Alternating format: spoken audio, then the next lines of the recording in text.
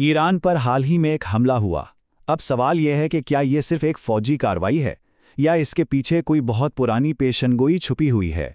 आज हम इंजीनियर मोहम्मद अली मिर्ज़ा के तज्ज़िये की रोशनी में इसी सवाल का जवाब तलाश करेंगे। अच्छा, तो इस पूरे मामले को समझने के लिए हम क्या करने वाले हैं? सबसे पहले हम उस हमले को देखेंगे जहां से ये सब कुछ शुरू हुआ। फिर उस पुरअसरार पेशिनगोई को समझेंगे जिसका हर तरफ जिक्र हो रहा है। उसके बाद हम देखेंगे कि जुग़राफ़ियाई सियासत इसकी क्या तशरीह करती है। इत्तेहादियों के पेचीदा जाल का जायज़ा लेंगे और आखिर में ये समझने की कोशिश करेंगे कि इस सब का खित्ते के मुस्तकबिल के लिए क्या मतलब है। तो कहानी शुरू होती है ईरान पर एक फौजी हमले से। देखें, ये कोई मामूली वाक़या नहीं था। ये तो एक ऐसी चिंगारी थी जिसने पूरे मशरिक़ वस्ता में जो पहले से कशीदगी की आग लगी हुई थी ना, इसको और भड़का दिया। और इसी हमले ने एक बहुत बड़ा सवाल खड़ा कर दिया है। क्या ये उस अजीम जंग यानी मलहमतुल कुबरा का आगाज़ है जिसकी पेशीन गोइयाँ सदियों पहले की गई थीं? तो आखिर ये मलहमतुल कुबरा है क्या चीज़?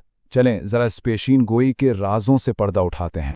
मलहमतुल कुबरा का सीधा सा मतलब है अजीम जंग। इस्लामी अकीदे के मुताबिक ये क़यामत से ठीक पहले लड़ी जाने वाली एक बहुत ही बड़ी जंग है। इसे अक्सर आप समझ लें आर्मजेडन के बराबर माना जाता है। हदीस की किताबों में ना इस जंग की कुछ ख़ास निशानियां बताई गई हैं, जैसे कि खुरासान के इलाके से एक लश्कर उठेगा, उनके पास काले झंडे होंगे और ये भी कहा जाता है कि इमाम महदी भी इनके साथ शामिल हो जाएंगे।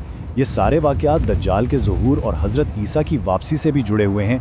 और देखें, यही वजह है कि आज जब भी खुरासान यानी आज के अफ़गानिस्तान में कोई भी छोटी सी भी हलचल होती है ना, तो पूरी दुनिया की नज़रें वहाँ जम जाती हैं।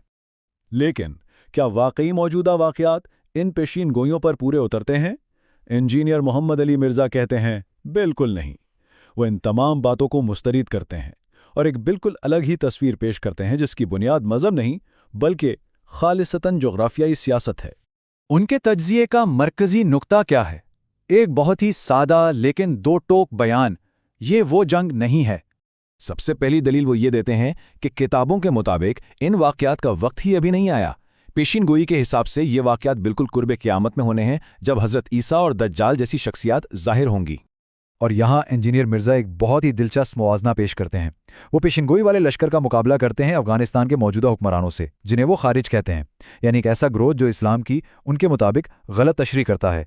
वो कहते हैं कि पेशिनगोई का लश्कर तो मुसलमानों को एक करेगा, जबकि ये लोग अपने मुसलमान पड़ोसियों पर ही हमले कर रहे हैं। पेशिनगोई का लश्कर बुत परस्तों से लड़ेगा, जबकि ये उन्हीं से इत्तेहाद कर रहे हैं। मतलब उनके जो आमाल हैं वो पेशिनगोई के बिल्कुल उलट हैं।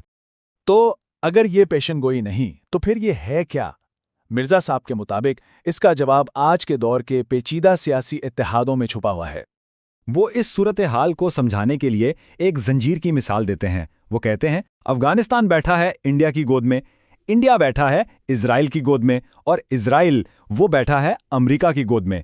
ये एक ऐसी जंजीर है जिसने पूरे खित्ते को जकड़ा हुआ है। इस तज्ज़िये से ये पता चलता है कि ये कोई अलग थलग वाक़या नहीं था, बल्कि एक बहुत बड़ी एक मंसूबाबंद हिकमत अमली का हिस्सा था।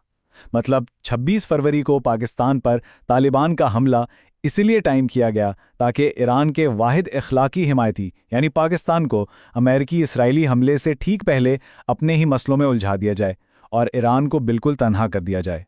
और इससे ईरान की स्ट्रेटेजिक मजबूरी भी बिल्कुल वाज़ेह हो जाती है, क्योंकि अमेरिका तक तो सीधी रसाई है नहीं। इसलिए ईरान की जवाबी हिकमत अमली ये है कि वो आसपास के मुल्कों में मौजूद अमरीकी फ़ौजी अड्डों को निशाना बनाए।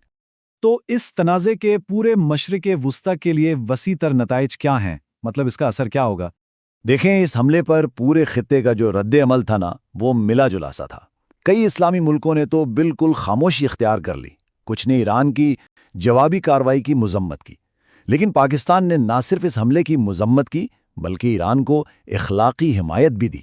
और यहाँ एक बहुत अहम बात हुई। कहा यह जाता है कि पहली बार पाकिस्तान की सिफारतकारी ने कई अरब मुल्कों को ईरान के खिलाफ खड़ा होने से रोक दिया। और हैरान कुन तौर पर ईरान के रिवायती हरीफ भी परेशान नजर आए। खबरें ये हैं कि पसे पर्दा सऊदी अरब के मोहम्मद बिन सलमान तक ने अमेरिका को खबरदार किया कि भाई ईरान को कमज़ोर करना एक बहुत बड़ी गलती होगी। अब इस वार्निंग के पीछे एक मुश्तरका खौफ छुपा है। वो खौफ ये है कि अगर ईरान कमज़ोर हो गया तो खित्ते में ताकत का तवाज़ुन बिगड़ जाएगा। जैसा कि कहा जाता है, अगर ईरान गिरा तो इसराइल खित्ते का सबसे ताकतवर मुल्क बन जाएगा और बाकी अरब रियासतें इसके सामने बिल्कुल बेबस हो जाएंगी। और ये सब कुछ ہمیں ایک آخری سوچنے پر مجبور کر دینے والے سوال کے ساتھ چھوڑ جاتا ہے۔